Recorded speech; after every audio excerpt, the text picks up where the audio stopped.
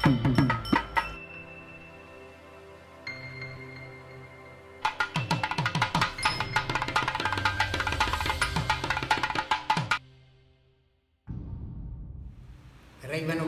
பிரதிநிதிகளாகிய அன்பு நெஞ்சங்கள் உங்கள் அனைவருக்கும் எனது நன்றிகளையும் வணக்கத்தையும் தெரிவித்துக் கொள்கின்றேன். நாங்கள் இந்த வழித்துணை என்கின்ற நூலின் வரிகளோடு ஒன்றி போயிருக்கின்றோம். இதுவரை நாங்கள் 6 அத்தியாயங்களை கடந்திருக்கின்றோம்.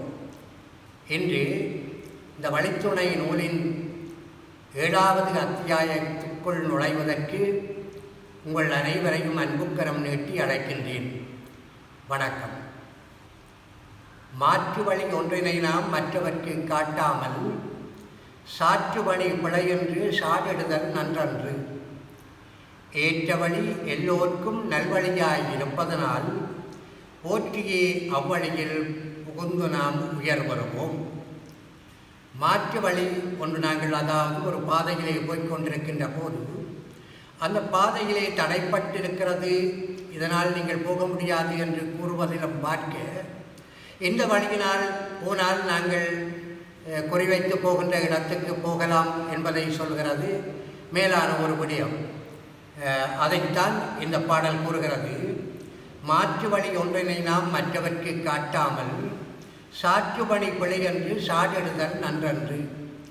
ஏற்ற வழி எல்லோருக்கும் நல்வழியாய் இருப்பதனால் போற்றியே அவ்வழியில் புகுந்தானாம் உயர்வுறுவோம் என்று இந்த பாடல் கூறுகின்றது.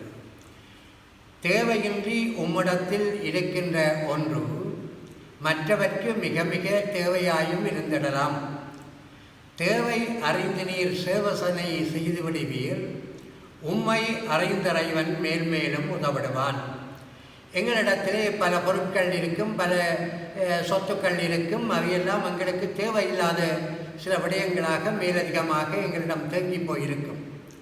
ஆனால் அதே பொருட்களும் சொத்துக்களும் இன்னும் ஒருவருக்கு மிக மிக தேவையானதாக இருக்கும்.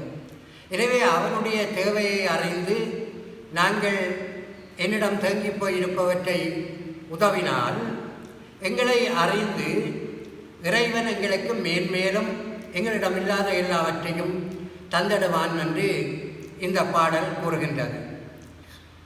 பண்பாடு என்பது தன்பாட்டில் வருவதன்று, ஒன்றினை ஒன்று புரிந்திட எழுவதாம்.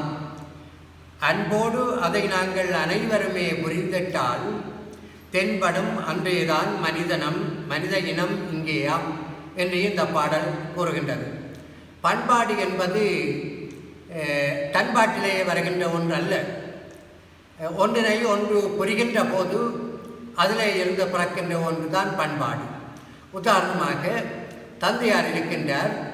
தந்தையாரை நாங்கள் புரிந்து கொண்டு இவர் எங்களுடைய தந்தையார் என்று அவருக்கு நாங்கள் காட்டுகின்ற மதிப்பும் மரியாதையும் பண்பாடு என்ற பகுதிக்குள் வருகின்றது. எனவே நான் தந்தையார் என்று புரிந்ததனால்தான் அந்த பண்பாடு என்னிடம் வருகிறது. அது தன்பாட்டிலே தோன்றி வருவதல்ல. எனவே ஒன்றினை ஒன்று புரிந்திடல் பண்பாடாகும். அன்போடு அதை நாங்கள் அனைவருமே புரிந்திட்டால் தென்படம் அன்றேதான் மனித இனம் இங்கேயாம். அன்றுதான் மனித இனம் இங்கே தோன்றியது என்பதற்கு வரவிலக்கணம் சரியாக இருக்கும். ஏனென்றால் புரிந்துணர்வு தோன்ற வேண்டும், பண்பாடு தோன்ற வேண்டும். இந்த இரண்டும் தன்பாட்டிலே தோன்றாது. அதை நாங்கள் ஒரு பகுத்தறிவின் அடிப்படையிலே புரிந்துணர்ந்து அந்த பண்பாட்டை வளர்த்து கொள்ள வேண்டும் என்று இந்த பாடல் கூறுகின்றது. மண்ணுக்குள் வைரம் உண்டு, விண்ணுக்குள் மீன்கள் உண்டு, நீருக்குள் முத்துண்டு, நாகத்துள் ரத்தினம் உண்டு, உள்ளுக்குள் ஏதுண்டு என்று நீ ஏங்கிடாதே. மனிதத்துள் நீ இருந்தால் உன்னுக்குள் மாணிக்கம் உண்டு என்று இந்த பாடல் கூறுகிறது. மண்ணுக்குள்ளே வைரம் இருக்கிறது, பெருமதியான ஒன்று. விண்ணுக்குள்ளே நட்சத்திரங்கள் இருக்கின்றன, மிக மிக பெருமதியானவை. நீருக்குள்ளே இருக்கின்ற சிப்பிக்குள்ளே முத்து இருக்கின்றது. நாகம் என்று சொல்லப்படுகின்ற பாம்பினிடத்திலே ரத்தின கற்கள் இருக்கின்றன. அப்படியானால் உன்னுக்குள் என்ன உண்டு என்று நீ ஏங்கிடாதே. அப்படி ஏக்கம் கொள்ளாதே. மனிதம் என்ற வரவிலக்கணத்துக்குள் நீ இருப்பாயானால் உன்னுக்குள்ளும் மாணிக்கம் உண்டு என்பதை இந்த பாடல் குறிப்பிடுகின்றது. அதைத்தான் மனிதருள் மாணிக்கம் என்று கூறுவார்கள். நீரூற்று வருமன்று நிலைத்து நாம் தோன்றும் போது ஊற்று நீர் வருதல் கண்டே உளம் மகிழ்ந்து பொங்குதல் போல் மாற்றமே இல்லை மனத்துள் ஆழமாய் பக்தி கொள்ள தோற்றியே வருவான் இறைவன் தொழுது நாம் பொங்குடவே என்று இந்த பாடல் கூறுகிறது. எல்லோருக்கும் தெரிந்தபடியும் நிலத்தை நாங்கள் ஓரளவு தோண்டி கொண்டு போகும்போது அங்கே ஒரு இடத்திலே இருந்து நிலத்தடி நீர் பொங்கி எழுந்து அங்கே பெருகுவதைக் கண்டு உளம் மகிழ்ந்து நாங்கள் பொங்குகின்றோம். மாற்றமில்லை. அதே போலத்தான் எங்களுடைய உள்ளத்தின் உள்ளே நாங்கள் இறைவனை ஆழமாக பக்தி கொள்ள அங்கே அந்த நீரூற்று எழுவது போல இறைவன் தோன்றி வருவான், பொங்கி நாம் மகிழ்ந்திடவே என்று இந்த பாடல் குறிப்பிடுகின்றது. கொள்ளிக்கும் குடத்திற்கும் காத்திருதல் கடமையன்று, அள்ளியே பொன் வெள்ளி சேர்த்து வைத்தல் கடமையன்று. கடமை எனப்படுவது மாந்தற்கு யாதென்றால் இறை படைப்பு அனைத்திற்கும் பணி செய்து கிடப்பதையாம் என்று இந்த பாடல் கூறுகின்றது. சிலர் சொல்லுவார்கள், நான் எங்கே இருந்தாலும் வந்து விடுவேன், அப்பா இறந்து விட்டால் அம்மா இறந்து விட்டால் அறிவித்து விடுங்கள், கொடிகுடம் என்னுடைய கடமை என்று கூறுவார்கள். அது ஒரு மனிதருக்கு கடமை அல்ல. அதே போல அள்ளி பொன் வெள்ளி தங்கம் போன்றவற்றை நாங்கள் சேர்த்து வைத்திருப்பதாலும் எங்களுக்கு அது கடமை என்ற அடைக்குள் வராது. கடமை எனப்படுவது மாந்தற்கு என்னவென்றால் இறைவனார் படைத்த அனைத்து படைப்பினிற்கும் நாங்கள் பணி செய்து கிடப்பதே கடமை என்று இந்த பாடல் கூறுகின்றது. கடமை என்பது நாங்கள் எங்களுடைய வாழ்க்கையோடு இருக்கின்றதை மட்டும் எண்ணி அதை கடமை என்று எண்ணிவிடக்கூடாது. இறைவனார் எங்களை மனித உடல் தந்து இந்த உலகிலே படைத்து விட்டது. தன்னுடைய படைப்புகள் அனைத்திற்கும் நாங்கள் பணி செய்து கிடப்பதற்கே ஆகும். அதைத்தான் என் கடன் பணி செய்து கிடப்பதே என்று குறிப்பிடுகின்றார்கள். அதை இந்த பாடல் குறிப்பிடுகின்றது. எல்லோருக்கும் கல்வியது இணையில்லா ஒன்றுதான். ஆனாலும் கல்லாதார் ஒருபோதும் கல்லாக இல்லை. நல்லோராய் வாழ்வதற்கு கல்வி மட்டும் போதாது, எல்லோரும் மாந்தர் என்ற எண்ணமும் வேண்டும். இதை நாங்கள் பல தடவை சொல்லியிருக்கின்றோம். கல்வி என்பது மாந்தற்கு மிகப்பெரிய ஒரு கொடை, அது ஒரு வரப்பிரசாதம், அதை மறப்பதற்கில்லை. ஆனாலும் கல்லாதவர்களை நாங்கள் கல்லாக இருக்கிறார்கள், இவர்கள் மனிதர்கள் அல்ல என்று எண்ணுவது மிகப்பெரிய தவறு. நல்லோராய் வாழ்வதற்கு, நல்லோர் என்றது மனித இனத்தின் அடிப்படை தத்துவங்களோடு வாழ்வது, அதுக்கு கல்வி மட்டும் போதாது. எல்லோரும் மாந்தர், இங்கே வாழ்கின்ற அனைவருமே மனிதர் என்ற எண்ணம் இருந்தால்தான் அது எங்களுக்கு கைகூடும் என்பதை இந்த பாடல் கூறுகின்றது. தயிருள்ள வரையில்தான் வெண்ணையும் மோரும் போல், பயிருள்ள வரையில்தான் கதிர்களும் புதிர்களும் போல், உயிருள்ள வரையில்தான் உறவுகளும் உடைமையும் போல், இறையுள்ள வரையில்தான் உலகம் என்று உணர்ந்திடுவீர். தயிர் இருக்கின்றது பாருங்கள், தயிர் இருக்கின்ற வரையிலே தான் வெண்ணையும் மோரும் எங்களால் எடுக்க முடியும். அதே போல பயிர் என்று ஒன்று வளர்ந்து அது விளைந்தால்தான் கதிர்களும் புதிர்களும் எங்களுக்கு கிட்டுகின்றது. உயிர் என்று ஒன்று எங்களுக்கு இருக்கும் வரையில்தான் உறவுகளும் என்று கூறுவது போல இறைவன் இந்த உலகத்திலே இருக்கின்ற வரையில்தான் இந்த உலகமும் நாங்களும் என்பதை உணர்ந்து கொள்வோமாக என்று இந்த பாடல் கூறுகின்றது. எனவே இறைவன் தான் மிக மேலானவன் என்பதை இந்த பாடல் எடுத்து கூறுகின்றது. அணிகளில் போலிகள் அணிவதில் உண்டுதான், மணிகளில் போலிகள் மாலையில் உண்டுதான், துணிகளில் போலிகள் வணிகத்தில் உண்டுதான், மனிதத்தில் போலிகள் மானிடத்தில் வேண்டுமோ என்று இந்த பாடல் கேட்கிறது. அணிகின்ற உடுப்புகளிலே போலியானவை பல இருக்கின்றது.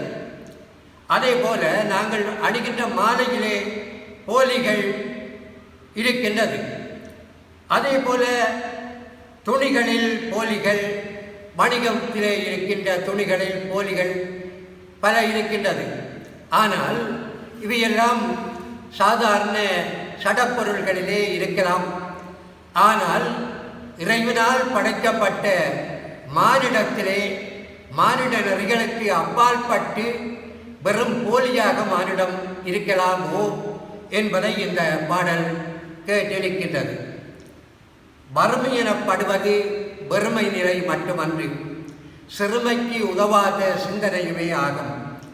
நிறுவையாக செல்வங்கள் இருந்தாலும் கருமியென வாழ்வதே வாழ்ந்துட்டால் வறுமை நிலை அதுவேயாம். அது வறுமை என்று நாங்கள் எல்லோரையும் பார்த்து கூறுவோம், இவர் வறியவர் என்றெல்லாம் கூறுவோம். ஆனால் அது அல்ல வறுமை. சிறுமைக்கு உதவாத சிந்தனை தான் வறுமை. என்னிடம் எவ்வளவுதான் இருந்தாலும், கோடி கோடியாக செல்வம் இருந்தாலும், சிறுமைக்கு உதவாத சிந்தனை இருந்தால் அது கருமி என பெயர் சூட்டுவதோடு அதுதான் உண்மையான வறுமை நிலையும் என்று உணர்ந்து கொள்ளுங்கள் என்று இந்த பாடல் குறிப்பிடுகின்றது. மரியாதை என்பது புரியாத புதிரன்று, கொடுக்கலும் வாங்கலும் சமமாக இருப்பதாகும். பெரியோர்க்கு சிறியோரும் சிறியோர்க்கு பெரியோரும் உரித்தாக்க உரித்தாகும் உயரிய பண்பாகும். இது மரியாதையை பற்றி கூறுகின்றது. மரியாதை என்பது புரியாமல் இருக்கின்ற ஒன்றன்று, கொடுக்கலும் வாங்கலும் சமமாக இருப்பதாம். நாங்கள் கொடுக்கின்ற போது இன்னொருவர் எங்களுக்கு தருவது, அப்போ ரெண்டும் சமமானதாகும். கொடுக்கலும் வாங்கலும் சமமாக இருந்திட்டால் பெரியோர்க்கு சிறியோரும் சிறியோர்க்கு பெரியோரும் உரித்தாக்க, மரியாதையை கொடுக்க உரித்தாக்கும் உயரிய பண்பாகும். அதுதான் மரியாதை எனப்படுவது என்று சொல்லப்படுகின்றது. நாங்கள் வழியிலே ஒரு ஆசிரியரை காணுகின்றோம். அவரை கண்டுவிட்டு நாங்கள் வேறு இடத்தால் போகாமல் அல்லது ஒழித்து நிற்காமல் வணக்கம் சொல்லி நாங்கள் மரியாதை செய்தால் அவரும் எங்களுக்கு அந்த மரியாதையை தந்துவிட்டு போவார். அது சமமானது. நான் மரியாதையை கொடுத்தேன், அவர் மரியாதையை தருகிறார். அப்படி இருவரும் ஒருவருக்கொருவர் பகிர்ந்து கொள்வதுதான் அந்த உயரிய பண்பாகும், அந்த மரியாதை என்று இந்த பாடல் கூறுகின்றது. கற்பூர முருகலாம், ஊதுபத்தி கருகலாம், அற்புத தீபமதும் அணையாமல் எரியலாம், பொற்பதம் காண்பதற்கு இவை மட்டும் போதாது, சொற்பமேனும் உடல் உள்ளம் உருகுதலும் வேண்டும். இந்த பாடல் இதை குறிப்பிடுகின்றதென்றால், கற்பூரம் நாங்கள் ஏற்றி வைத்தால் அது உருகி தீபத்தை ஏற்றும். ஊதுபத்தி நாங்கள் ஏற்றி வைத்தால் அது கருகி இறுதி வரையிலே செல்லும். அற்புத தீபம் ஒன்றை நாங்கள் ஏற்றி வைத்தால் அது நீண்ட நேரம் எரிந்து கொண்டே இருக்கும். இறைவனுடைய பொற்பலத்தை காண்பதற்கு கற்பூரமும் ஊதுபத்தியும் தீபமும் மட்டும் போதாது, எங்களுடைய உடலும் உள்ளமும். அதைத்தான் மாணிக்கவாசக சுவாமிகள் கூறுகின்றார். ஊனினை உருக்கி உள்ளொளி பெருக்கி என்று குறிப்பிடுகின்றார். அந்த ஊனினையும் உடலையும் சற்று உருக்க வேண்டும். அப்போதுதான் இறைவனுடைய பொற்பலத்தை எங்களால் பற்ற முடியும் என்று இந்த பாடல் கூறி செல்கிறது. அவன் என்றால் இறைவன், இவன் என்றால் மனிதன். அவனையும் இவனையும் பிரிப்பவன் நானே. நான் மெல்ல அகன்றிட்டால் அவனும் இவனும் இரண்டர கலந்தே ஒன்றாகி மகிழ்வர். அவன் என்று சொல்லுவோம், எல்லாம் அவன் பார்த்து கொள்ளுவான் என்று சொல்லுவோம் கடவுளை. இவன் ஒரு பொல்லாதவன் என்று குறிப்பிடுவோம் மனிதனை. அவன் என்றால் இறைவன், இவன் என்றால் மனிதன். இந்த அவனையும் இவனையும் பிரிப்பது நான் என்கின்ற அகங்காரமே. அந்த அகங்காரம் மெல்ல அகன்றிட்டால் அவனாகிய இறைவனும் இவனாகிய மனிதனும் ஒன்றாகி இரண்டர கலந்து விடுவார்கள் என்பதை இந்த பாடல் குறிப்பிடுகின்றது. சிறுவரை ஆதரித்தல் சிறப்புத்தான், தவறன்று. ஆனாலும் முதியோரை புறக்கணித்தல் நன்றன்று. ஏனென்றால் சிறுவரோடு இளையோரை பெரியோரை வாழ வைக்கும் ஆத்மீகம் நிறைந்தவர்கள் முதியோரேயாம். முதியோர் என்கின்ற ஒரு பருவத்துக்கு வந்தவுடனே ஆத்ம பலம் தானாக வந்து சேர்ந்துவிடும். எனவே நாங்கள் சிறுவர்களை ஆதரிப்பது போல, சிறுவரை நாங்கள் நடத்துவது போல பெரியோரையும் நடத்த வேண்டும். அவ்வாறு பெரியோரை நடத்தாமல் புறக்கணிப்பது நன்றன்று. ஏனென்றால் அந்த சிறியோரையும் இளையோரையும் பெரியோரையும் வாழ வைக்கின்ற அந்த ஆத்மீக சக்தி நிறைந்தவர்கள் பெரியோர்கள். அதனால் முதியோரை ஆதரிக்க வேண்டும் என்பதை இந்த பாடல் குறிப்பிடுகின்றது. மனித நேயமிங்கு மரித்து போனதென்று புனிதர் போல் நாம் இங்கு புரிந்துணர்ந்து பேசுகின்றோம். இனியும் அதை நம்முள்ளே பிறக்க வைக்க முயலாமல் முனிவரும் தேவரும் வருவரென்றோ காத்திருப்போம். நாங்கள் எல்லோரும் மனிதநேயம் கெட்டு போய்விட்டது, மனிதம் செத்து போய்விட்டது, மனிதம் இங்கே அந்நியப்பட்டு விட்டது என்றெல்லாம் எல்லோரும் பேசுகின்றோம். ஆனால் அதை யார் மீண்டும் இங்கே பிறக்க வைக்கலாம் என்றால் அந்த மனிதர்களால் தான் அதை பிறக்க வைக்க முடியும். நான் மனிதனாக வாழ்ந்தால் இன்னும் ஒருவர் மனிதனாக வாழ முயற்சிப்பார், இன்னும் ஒருவர் மனிதனாக வாழ்ந்தால் இன்னும் பலர் மனிதர்களாக முயற்சிப்பர். ஒருவரை பார்த்து ஒருவர் தன் வழியை மாற்றிக்கொள்வார்கள். அதை விட்டுவிட்டு இனி மனிதத்தை இங்கே பிறக்க வைப்பதற்கு, மனித நேயத்தை இங்கே பிறக்க வைப்பதற்கு முனிவர்களும் தேவர்களும் வருவார்கள் என்று காத்திருக்கலாமோ, அது தரவர் அல்லவோ என்று இந்த பாடல் கூறுகின்றது. தன் தேவை மட்டுமே தேவை என்று எண்ணுபவர் பிறர் தேவை எதையுமே பொருட்டாக எண்ணார்கள். பிறர் தேவையை நிறைவேற்றி தன் தேவை தனை இழப்போர் இறையருளால் இழந்தவற்றை பன்மடங்காய் பின்பறுவர். சிலர் என்ன செய்வார்கள் என்றால் தன்னுடைய தேவைக்கு மட்டுமே முக்கியத்துவம் கொடுப்பார்கள். பிறருடைய தேவை எதையுமே கிஞ்சித்தும் கவனத்தில் எடுக்கார்கள். அப்படி செய்வது தவறு. நாங்கள் என்னுடைய தேவைகளை விட்டுவிட்டு பிறருடைய தேவைக்கு மதிப்பளித்து அவருடைய தேவையை நிறைவேற்றுவோமானால் சில வேளை நாங்கள் ஒரு தேவையை இழந்திருந்தால் கூட அந்த நாங்கள் செய்த சேவையினால் அதை பின்னர் பன்மடங்காக பெறுவோம். அது கடவுளின் தீர்ப்பு என்று இந்த பாடல் குறிப்பிடுகின்றது. தாயாரின் சேவையொன்றும் பெரிதாக இல்லை என்று செய்யினார் சொத்தோடு சுகம் பெரிது என்பதொண்டு. ஆயினும் தாய் தந்த இதயத்தின் துடிப்பை விட தேயினும் வளரினும் மற்றவைதான் பெரிதாமோ என்று இந்த பாடல் கேட்கின்றது.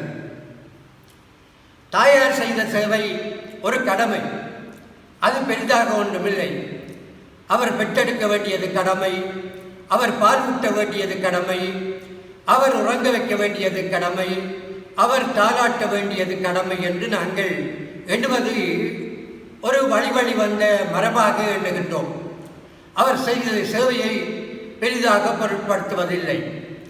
ஆனால் நாங்கள் இன்று இயங்கிக் கொண்டிருப்பதற்கான எங்களுடைய இந்த இதய துடிப்பை, பிறக்கின்ற போது தந்த அந்த இதய துடிப்பை இறக்கின்ற வரையிலே இயங்கிக் கொண்டிருக்கின்ற அந்த இதயத்தை தந்ததை விட தேயினும் வளரினும் மற்றவை தான் பெரிதோ. ஒருவருக்கு தாய் கொடுத்த இதய துடிப்பை விட மற்றவை பெரிதாகும் என்று இந்த பாடல் கேட்கின்றது. தந்தையை வந்தனை செய்கின்ற பிள்ளைகளுக்கு சிந்தையில் சிறந்தன வந்தே அமர்ந்திடம். நிந்தனைகள் புரியாமல் தாய் தந்தை போற்றிடில் குருவோடு தெய்வமும் கூட வந்தே அமர்ந்திடுவார். இதிலே மாதா பிதா குரு தெய்வம் என்று நாங்கள் குறிப்பிடுவது வழக்கம். ஆனால் விளக்கம் கொஞ்சம் குறைவாகவே இருக்கிறது. மாதா என்றால் யார், பிதா என்றால் யார், தெய்வம் என்றால் என்ன, குரு என்றால் என்ன என்பதை எண்ணி பார்ப்போமானால் இந்த நான்குக்குள்ளேயே இறைவன் அடங்கிவிடுகின்றான். அந்த தந்தையை வந்தனை செய்கின்ற பிள்ளைகளுக்கு சிந்தையில் சிறந்தன வந்துமே அமர்ந்திடும். தந்தை சொல்மிக்க மந்திரமில்லை என்று சொல்லுவோம். அவ்வாறான அந்த தந்தையை வணங்குகின்ற பிள்ளைகளுக்கு சிந்தையிலே நல்ல சிந்தனைகள் வந்து ஊறிவிடும். அது வம்ச பலன்.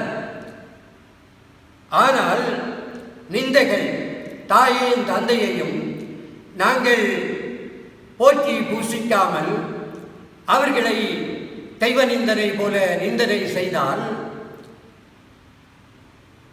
செய்யாத அந்த பிள்ளைகளுக்கு அதை கண்டு மகிழ்ந்து ஒரு குருவுக்கு அப்பால் இருக்கின்ற தெய்வமும் ஓடோடி வந்து அவர்களுடைய சிந்தையிலே அமர்ந்து விடுவார்கள். எனவே மாதா பிதா குரு தெய்வம் என்கின்ற அந்த தத்துவத்தை நாங்கள் சரிவர புரிந்து கொண்டு அதன் அடிப்படையிலே கடவுளை காண வேண்டும் என்று இந்த பாடல் கோருகின்றது. எத்தனை தான் சொன்னாலும் எண்ணியதை செய்பவர்கள். அதற்கு முன்னால் நான் இங்கே ஒரு சிறிய விடயத்தை கூற விரும்புகின்றேன். நான் ஒரு நாள் ஒரு வயோதிபர் இல்லத்துக்கு சென்றிருந்தேன். அங்கே ஒரு வயோதிப தாயாரோடு பேசுகின்ற சந்தர்ப்பம் எனக்கு கிட்டியது. அவரோடு நீண்ட நேரம் பேசிக்கொண்டிருந்தேன். அப்போது அவருடைய தன் வரலாற்றை எனக்கு கூறினார். தனக்கு 3 பிள்ளைகள், தன்னுடைய கணவர் ஒரு கல்லூரி அதிபர், தன்னோடு சேர்த்து தங்கள் குடும்பத்திலே 5 3 பிள்ளைகளும் ஆண் பிள்ளைகள். அவர்கள் திருமணம் செய்து தனித்துடித்தனம் போய்விட்டார்கள். தானும் கணவனும் தனித்து வாழ்ந்து இருந்தோம். தன்னுடைய கணவனும் ஓய்வூதியம் பெற்றுவிட்டார். பிள்ளைகளிலே மூத்த பிள்ளை ஒரு நாள் எங்களுடைய இல்லக்கத்துக்கு வந்து, என்ன நீங்கள் இப்படியே பேசாமல் இருக்கிறீர்கள், இப்படி இருந்தால் எங்கே போய் முடிவது என்று கேட்டார். எனது கணவனார் மகனை பார்த்து, எதை பற்றி கேட்கிறீர் என்று கேட்டார். நான் இந்த சொத்துக்களை பற்றித்தான் கேட்கின்றேன். உங்களுக்கு வயது வந்துவிட்டது, திடீரென்று நீங்கள் இறந்துவிட்டால் நாங்கள் சொத்துக்கு என்ன அடிபடுவதா, இப்போதே பிரித்து கொடுக்க வேண்டியது தானே என்று அந்த மகன் கூறியதை கேட்டதும் கணவருக்கு தூக்கி வாரி போட்டது போல இருந்ததாம்.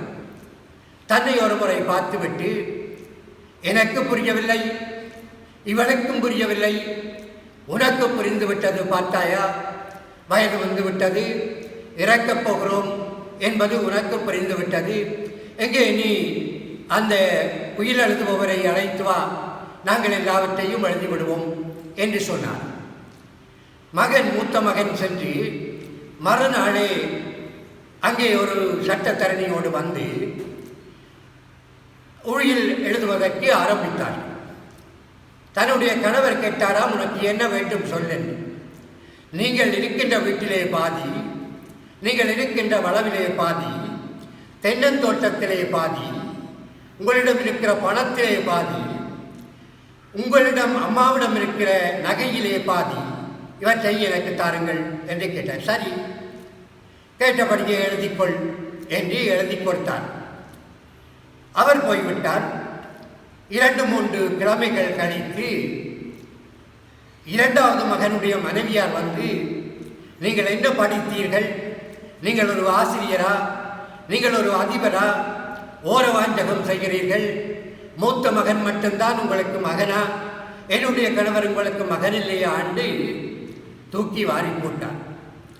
உடனே தன் கணவர், என்ன வேண்டும் உங்களுக்கு, சொத்துத்தானே, ப்ராக்டரை அழைத்து கொண்டு வாருங்கள், எழுதிவிடலாம் என்று கூறினார். மறுநாளே அவர்களும் ப்ராக்டரோடு வந்து சொத்துக்களிலே மிகுதியானவற்றையும் சிலவற்றையும் எழுதினார்கள். எழுதிக்கொண்டு அவர்களும் போய்விட்டார்கள். இப்போது மூன்றாவது மகன் இருக்கின்றார். அவரையும் கூப்பிட்டு மிகுதி சொத்தை அவருக்கு எழுதிவிடலாம் என்று ஆள் சொல்லிவிட்டால் அவர் வீட்டு பக்கமே வரவில்லை. பின்னர் ஒருவரை அவரை அழைத்து வருமாறு அழைத்ததற்கு அவர் சொல்லி அனுப்பியிருந்தார், எனக்கு சொத்துக்கள் தேவையில்லை, பெற்றீர்கள், வளர்த்தீர்கள், கல்வி பயில வைத்தீர்கள், நல்ல உத்தியோகத்தில் அமர வைத்தீர்கள், நல்ல துணையை தேடி தந்தீர்கள், இவை மட்டும் போதாதா? இது மேலதிகமாக சொத்து வேண்டுமா? நான் என்னுடைய சொந்த காலிலே நிற்பேன், உங்களுக்கு ஏதாவது கஷ்டம் இருந்தால் என்னிடம் சொல்லுங்கள் என்று அவர் சொல்லி அனுப்பினார். இவ்வாறு சொல்லி அனுப்பியதன் பின்னால் கணவரும் தானும் ஒன்றாக இருந்தபோது சொத்துக்கள் பிரித்தது, சோகம், நோய் ஒன்று, வயது முதிர்ந்துவிட்டது என்ற ஒரு சுட்டிக்காட்டல், இவையெல்லாம் சேர்ந்து தன்னுடைய கணவர் மாரடைப்பினால் இறந்துவிட்டார். தனித்து போனார் தான். உடனே எல்லோரும் வந்தார்கள், இறுதி கிரிகைகள் எல்லாம் செய்துவிட்டு போனார்கள். கடைசி மகன் மாத்திரம் வந்து, நீங்கள் தனியே இருக்க வேண்டாம், நீங்கள் என்னோடு வாருங்கள், என்னுடைய வீட்டிலே இருக்கிறாம், சொத்துக்களை தானே எழுதிவிட்டீர்கள் என்று அழைத்தாராம். எவ்வளவோ அழைத்ததன் பின்னால் அவரோடு போவதற்கு சம்மதித்த தான் அந்த ஆயத்தங்களை செய்து கொண்டிருந்த போது மூன்றாவது மகன் விதிவசமாக ஒரு மோட்டார் சைக்கிள் விபத்திலே இறந்து விட்டார். தீராத சோகம், என்ன செய்வது என்று சில நாட்கள் பார்த்துவிட்டு மூன்றாவது மகனுடைய மனைவியையும் பிள்ளைகளையும் அழைத்து சொத்துக்கள் எல்லாவற்றையும் எழுதிவிட்டு இப்போது கணவருடைய அந்த விதவை ஓய்வூதியத்தோடு தான் அந்த வயோதிபர் இல்லத்திலே இருப்பதாக கண்ணீர் மல்க தன்னுடைய கதையை கூறினார். எல்லா பிள்ளைகளையும் நான் அப்படி கூற வரவில்லை, ஆனால் இப்படியும் பிள்ளைகள் இருக்கிறார்கள் என்பதை அந்த தாயார் கூறியதால் அறிந்து கொண்டேன். எனவே நாங்கள் எல்லோரும் தாய் தந்தையர்களை போற்றி பூசித்து வழிபட்டு அவர்களுடைய அபிலாசைகளை நிறைவேற்றி வாழ்வதுதான் கடமை எனப்படுவதும் நன்றி எனப்படுவதும் ஆகும். அல்லாத எல்லாம் வெறும் வெளிவேஷங்களாகும் என்பதை கூறுவதையே இந்த பாடல்கள் இரண்டும் கூறுகின்றது என்பதை சுருக்கமாக இங்கே கூற வேண்டிய தேவை ஏற்பட்டதால் கூறி வைக்கின்றேன். அதற்காக நல்லபடி தாய் தந்தையர்களை, பெற்றோர்களை மதிக்கின்ற பிள்ளைகள் இந்த வகையிலேயும் மனம் நோகக்கூடாது என்பதையும் கேட்டுக்கொள்கின்றேன். அடுத்ததாக, எத்தனைதான் சொன்னாலும் எண்ணியதை செய்பவர்கள் புத்திமதி கேளார்கள், பக்தி வழி நடவார்கள். இத்தரையில் தமக்குத்தான் தானே நிகரென்று நடந்து செத்திடுவர், செத்த பின்பு இவரை யாரும் எண்ணார்கள்.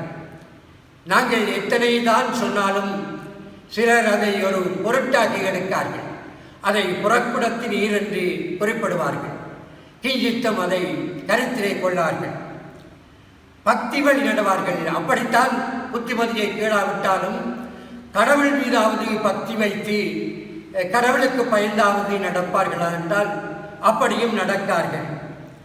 தமக்கு தான் தான் நிகர், தானே தன்னை படைத்தேன், தானே தன்னை காக்கின்றேன், தானே எல்லாத்திற்கும் அதிபதி என்று எழுபவர்கள் அப்படி நடந்து ஒரு காலத்திலே செத்துப்போவார்கள். செத்துப்போனதன் பிறகு இவரை யாரும் நினைத்து கூட பார்க்க மாட்டார்கள், ஒரு பொருட்டாக எடுக்கார்கள் என்பதை இந்த பாடல் குறிப்பிடுகின்றது.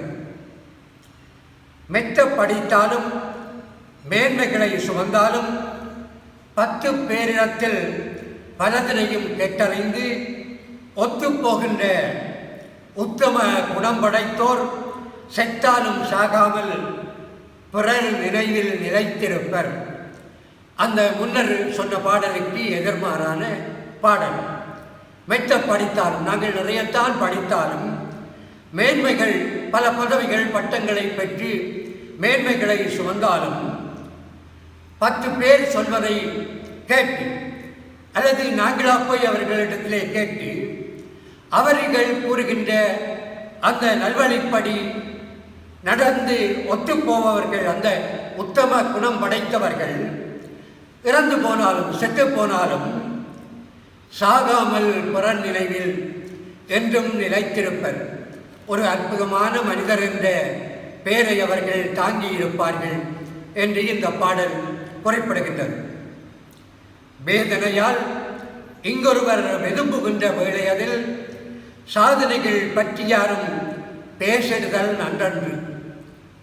போதனை போல் அவர் துயரை பொறுமையுடன் கேட்டிட்டால் சோதனைகள் முடிந்தவர் போல் சோகம் விட்டே அவர் எழுவர்.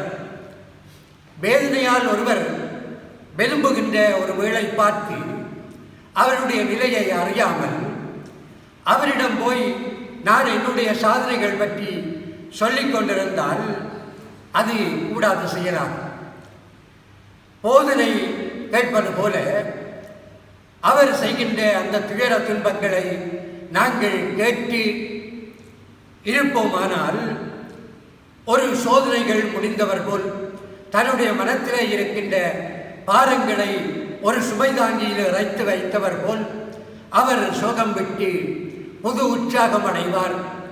அதை செய்யுங்கள் என்று இந்த பாடல் கூறுகின்றது.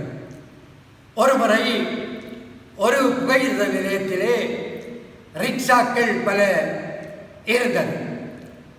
எல்லா ரிக்ஷா ஓட்டுநர்களும் மிக இளைஞர்கள். துரிதமாக அங்கே ஆட்கள் வந்தபோது அவர்களை ஏற்றிக்கொண்டு ஓடுவார்கள். ஆனால் ஒரு வயோதிபர் அங்கே தினமும் காத்திருப்பார். யாரும் அவரை பிடிப்பதில்லை. அவர் இறுதியாக வீட்டுக்கு சோகத்தோடு போவார். ஒரு நாள் எல்லோரும் ஏற்றிக்கொண்டு ரிக்ஷாவிலே போய்விட்டார்கள். இந்த வயோதிபருடைய அந்த ரிக்ஷா மாத்திரம் நிற்கிறது. யாரோ தாமதம் அடைந்து வருகிறார்கள். அவரை கேட்கிறார்கள் தங்களை இந்த இடத்திலே கொண்டு போய் விடுமாறு. அவரும் மன மகிழ்ச்சியோடு இன்று தனக்கு சீவியத்திற்கு பணம் வரப்போகின்றது என்று எண்ணிக்கொண்டு அவர்களை ஏற்றிக்கொண்டு ஓடுகின்றார். ஓடுகின்ற போது தன்னுடைய வீட்டின் நிலைவரத்தை அவர் கூறிக்கொண்டே இருப்பார். எனக்கு 5 பிள்ளைகள், மனைவி சுகையினக்காரி, நாங்கள் 2-3 நாட்களாக சமைக்கவில்லை, சாப்பிடவில்லை. இன்று நீங்கள் தரப்போகின்ற ஊதியத்தை வைத்துத்தான் இன்றைய பொழுது போகப் போகிறது என்று சொல்லிக்கொண்டு ஓடிப்போய் ஒரு கட்டத்திலே திரும்பி பார்த்தபோது ரிக்ஷாவிலே இருந்தவர்கள் உறக்கத்தில் இருந்தார்கள். ஒருவர் இங்கு மாடாக உழைக்கின்றார், மற்றவர்கள் நிம்மதியாக உறங்குகிறார்கள். இந்த நிலையினால் அவருக்கு சோகம் குடிகொண்டு தாழாத சோகத்திலே ஆழ்ந்திருக்கின்றார். ஒரு நாள் தன்னிடத்திலே இருந்த குதிரைகளுக்கு புல்லை கொண்டு போய் போடுகின்றார். குதிரை புல்லை சாப்பிடுகின்ற போது தலையை ஏதோ கேட்பு ஆட்டுவது போல ஆட்டிக்கொண்டு புல்லை உண்கிறது. இந்த வயோதிபரும் தன்னுடைய துன்பங்கள் துயரங்களை சொல்கின்றார். சொல்லி முடிந்ததும் புல்லும் முடிந்து விட்டது. வயோதிபர் அந்த இடத்திலே உறங்கிவிட்டார். உறக்கத்தை கெடுப்பது நிம்மதி குறைவு. எனவே மற்றவர்கள் சொல்லுகின்ற சோகக்கரைகளை, நிம்மதியின்மைகளை அந்த செவிமடுத்து அவர்களிடம் நாங்கள் அவற்றை கேட்பதுதான் மனித இனத்துக்கு உகந்தது என்று இந்த பாடல் கூறுகின்றது. தொன்பியலில் பங்கு கொள்ளும் பண்பியல் இல்லையெனில் அன்பியலும் பொல்லாகும், நண்பியலும் பொல்லாகும். இன்பியலே நிலையன்று தன் இயல்பை வகுப்பவர்கள் தென்பியல் ஏதுமின்றி பின் துன்பியலில் தான் துவழ்வர். துன்பம் ஒருவர் அடைகின்ற போது அவருடைய துன்பத்திலே பங்கு கொள்ளுகின்ற அந்த பண்பியல் இல்லை என்றால் நாங்கள் மற்றவர்கள் மீது காட்டுகின்ற அன்பும் பொய்யானதாகும், நட்பும் பொய்யானதாகும். நாங்கள் எங்களுக்கு கிடைக்கின்ற இன்பியலே நிலையன்று தன்னுடைய இயல்பை வகுப்பவர்கள் பின்னர் தனக்கு ஒரு துன்பம் வருகின்ற போது தென்பு கிடைக்காமல் அவர்கள் துன்பியலில் தான் துவழ்வர். எனவே அந்த துன்பியலில் நாங்கள் எல்லோரும் பங்கு கொள்ள வேண்டும் என்பதை இந்த பாடல் கூறுகின்றது. கோபத்தை குரோதத்தை குழி தோண்டி புதைப்பவர்கள் ஆபத்தே இல்லாத அரும் பேற்றை பெற்றிடுவர். சாபத்தை பாவத்தை சுமந்திடவே விரும்புபவர் தூவத்தை போற்றென்றும் துவேசத்தை வளர்த்திடுவர். கோபத்தை குரோதத்தை மற்றவர்கள் மீது வளர்க்காமல் அன்போடும் பண்போடும் வாழ்பவர்கள் ஆபத்து என்கின்ற ஒன்று அணுகாதவாறு ஒரு பெரும் பேற்றை பெற்றிடுவார்கள். ஆனால் சாபத்தை பாவத்தை சுமந்திடவே விரும்புபவர் மற்றவர்கள் போடுகின்ற சாபத்தையும் அவர்களுக்கு நாங்கள் இழைத்த இன்னலால் பாவத்தையும் சுமந்திட விரும்புபவர்கள் தூபத்தை போட்டு தூண்டிவிட்டு துவசத்தை வளர்ப்பார்கள் என்று இந்த பாடல் குறிப்பிடுகின்றது. எனவே துவசத்தை அதை வளர்க்காமல் நாங்கள் ஆபத்து நெருங்கிடாத அந்த அன்போடும் பண்போடும் வாழ வேண்டும் என்பதையே இந்த பாடல் குறிப்பிடுகின்றது. ஆவேசம் கொள்ளாமல் அடக்கமாய் வாழ்பவர்கள் சாவேதும் நெருங்காத சகவாழ்வை பெற்றிடுவர். பூவேந்தர் ஆனாலும் பாவேந்தர் ஆனாலும் நாவேந்தராய் நடந்தால் அவர் மூவேந்தர் ஆகிவிடுவர். ஆவேசம் கொள்ளக்கூடாது. எந்த ஒரு விடயத்திற்கும் ஆவேசமோ ஆத்திரமோ கொள்ளக்கூடாது. அப்படி வாழ்பவர்கள் சாவென்பது நெருங்காது. ஆவேசம் கொள்வதால் பிறரிடமிருந்தும் ஆபத்து எங்களுக்கு வரும். எங்களுக்கும் மாரடைப்பு போன்ற வியாதிகள் வரும். சாவேதும் நெருங்காத சகவாழ்வை பெற்றிடுவர் யார்? ஆவேசம் கொள்ளாதவர்கள்.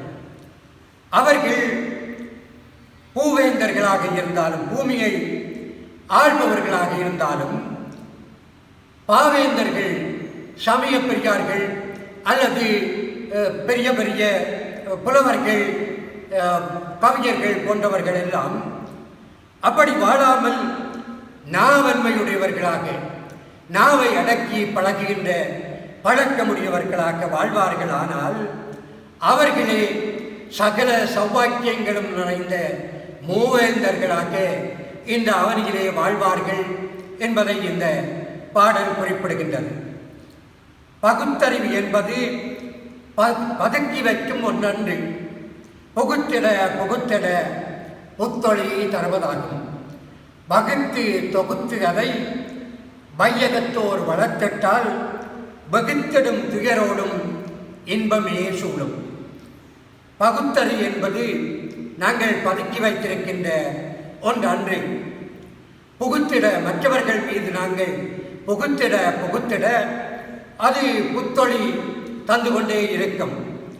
அதை வகுத்து தொகுத்து வையகத்தோர் எல்லோரும் அந்த பகுத்தறிவின் வழியிலே நடந்திட்டால் வகுத்திடம் வெறுப்பு ஏற்படுகின்ற துயரோடும் இன்பம் வந்து நாடுமே சூழும் என்பதை இந்த பாடல் குறிப்பிடுகின்றது.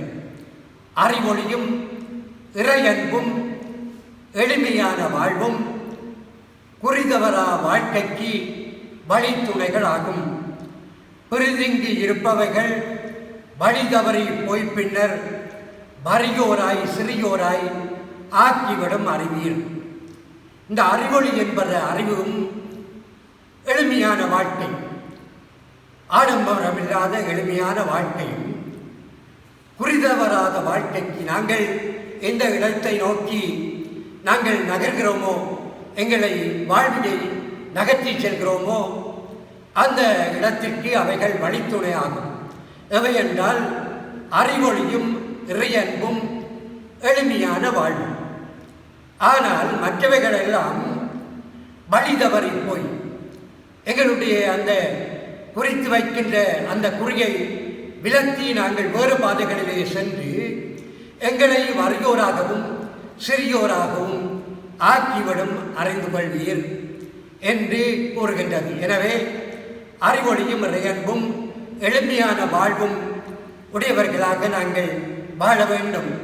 இந்த வழித்துணை என்கின்ற நூலின் அந்த அட்டை பக்கத்திலே தரப்பட்டிருப்பதும் அதுவே தான்.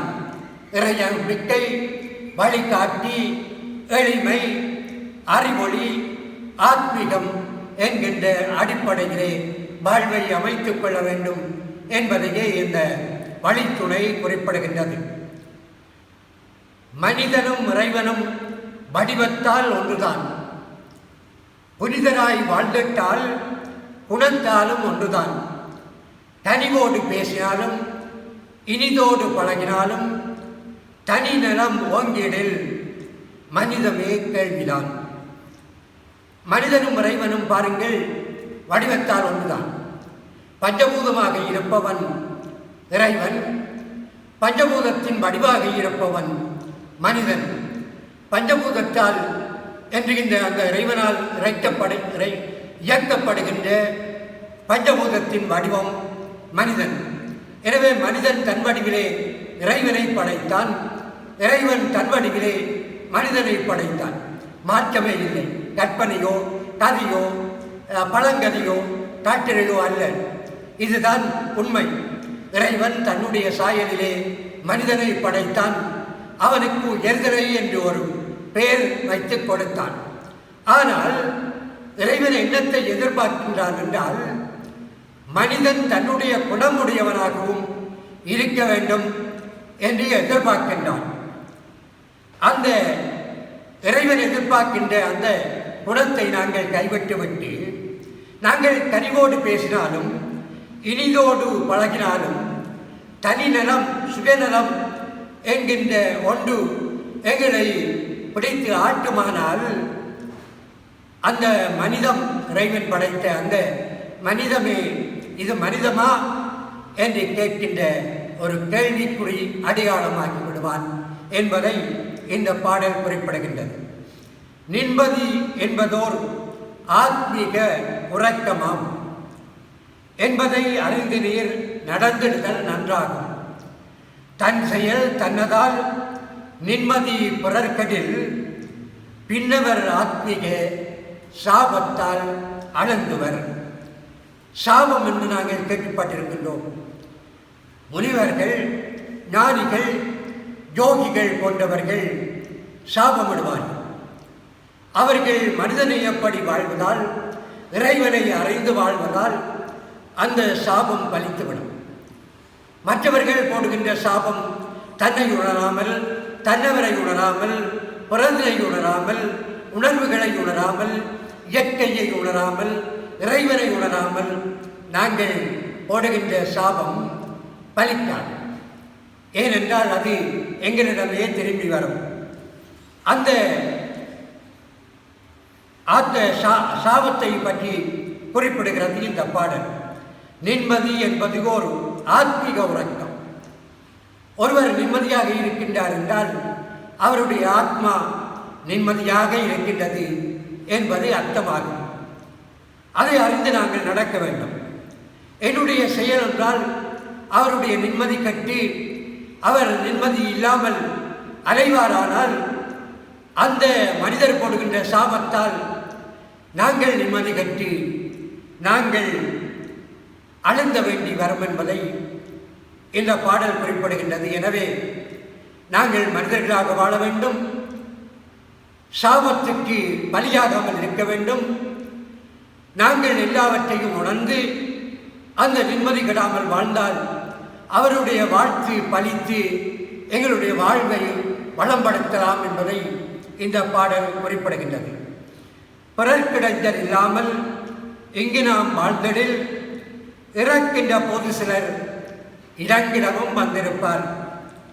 உறக்கத்தில் கூட நாம் பிறர்க்கிடைஞ்சலாயிருப்பின் மறக்காமல் எமதுறவை துறந்திடவே அவர் துடிப்பர். இந்த 2 பாடல்களும் ஒரே மாதிரியானவை.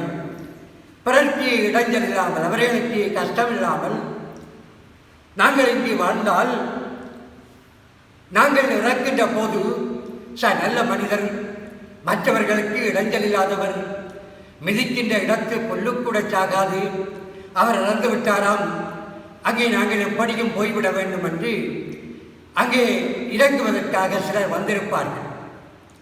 நாங்கள் அப்படி அல்லாமல் உறக்கத்தில் கூட மற்றவர்களுக்கு இடைஞ்சலாக வாழ்வோமானால், மற்றவர்களுக்கு நிம்மதியின்மையை ஏற்படுத்துவோமானால், மற்றவர்களின் அமைதியான வாழ்வைக்கு பங்கம் விளைவிப்போமானால், இவர் ஏன் இருக்கின்றார், இவர் இறந்து விடலாமே என்று இறைந்து நாங்கள் போவதை எதிர்பார்ப்பதோடு எமது உறவினை இறக்காமல் இருக்கின்ற போதே அவர்கள் துறந்து விடுவதற்கு துடிப்பார்கள் என்று இந்த பாடல் குறிப்பிடுகின்றது. அணுகுமுறை நன்றாக இருந்திட்டால் போதும், மனுவுலகில் மற்றவைகள் சிறிதளவே ஆகும். அணுகுதலும் சிணுங்குதலும் கூடாது என்பதிலும் அணுகியவர் குறை கேட்டு நிவர்த்தித்தல் மேலாம். எப்போதும் எங்களுடைய அணுகுமுறை சிறந்ததாக இருக்க வேண்டும். அணுகுமுறையை சரியாக வகுத்து கொண்டவர்கள் தோல்வி என்பதை சந்தித்ததே கிடையாது. ஏனென்றால் அணுகுமுறை சரியாக இருக்கிறது. செய்க வழியை சரியாக செய்து கொண்டு போனால் ஒரு கணக்கின் விடை தானாக வரும். அல்லாமல் நாங்கள் குறுக்கு வழிகளிலே மிக விரைவாக அதை செய்துவிட வேண்டும் என்று எண்ணினால் அது பிழைத்து போய் பின்னால் முதல்ல இருந்து அதை ஆரம்பிக்க வேண்டி வரும். அதே போல ஒருவர் அழுகின்றார், அணுங்குகின்றார் என்றால், அவர் அணுங்குகின்றார், சிணுங்குகின்றார், எனக்கு இடைஞ்சலாக இருக்கின்றார் என்று எண்ணுவதை விட்டுவிட்டு அவரிடம் கிட்ட போய், என்ன உங்களுக்கு பிரச்சனை, அணுங்குகிறீர்கள், அழுகிறீர்கள், உங்களுக்கு என்ன துன்பம், என்னால் எதுவும் செய்ய முடியுமானால் அதை நான் செய்கின்றேன் என்று கேட்டு அதை நிவர்த்திப்பதே மேலாகும் என்று இந்த பாடல் குறிப்பிடுகின்றது. வாழ்க்கையின் எல்லா மட்டங்களிலேயான அடிப்படை கருத்துக்களையும் கூறுவதே வழித்துணையாகும். இன்று நாங்கள் இந்த வழித்துணையின் 7வது பகுதியிலே கடந்திருக்கின்றோம். இந்த பகுதியிலே அன்போடும் பாசத்தோடும் என்னோடு இணைந்து இந்த பாடல்களையும் அதன் பொருள்களையும் கேட்பதற்கு நீங்கள் இணைந்திருந்தமைக்காக நீங்கள் கடவுளின் பிரதிநிதிகள் என்ற வகையிலே அன்பு நெஞ்சங்கள் படைத்த உங்கள் அனைவருக்கும் எனது நன்றியையும் வணக்கத்தையும் கூறி மீண்டும் ஒரு தடவை நாங்கள் பகுதி 8வதில் சந்திக்கும் வரை விடைபெறுகின்றேன். நன்றி, வணக்கம்.